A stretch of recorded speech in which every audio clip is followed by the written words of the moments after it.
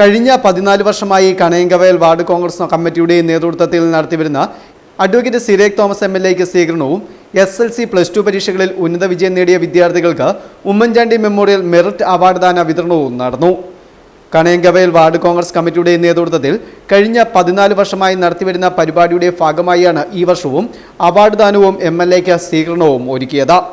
Idukki MP Dean Kuriakose സമ്മേളനം ഉദ്ഘാടനം ചെയ്തു. എല്ലാവർക്കും ആശംസകൾ അറിയിക്കുകയാണ്.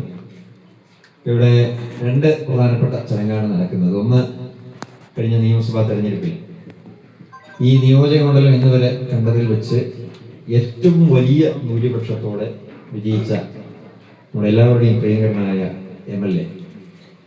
സമ്മേളനത്തിൽ വെച്ച് പീരിമേട് MLA അഡ്വക്കേറ്റ് സിരേഖ് തോമസിന് സ്വീകരണവും പഠനോപകരണ വിതരണവും നടത്തി.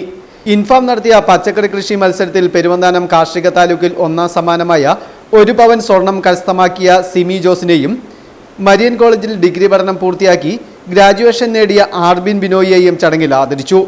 യോഗത്തിൽ വാർഡ് പ്രസിഡന്റ് സിബി കൊച്ചുപുരയ്ക്കൽ അധ്യക്ഷത വഹിച്ചു. മുൻ പഞ്ചായത്ത് പ്രസിഡന്റ് VC ജോസഫ് വെട്ടിക്കാട്ടിൽ സ്വാഗതം ആശംസിച്ചു.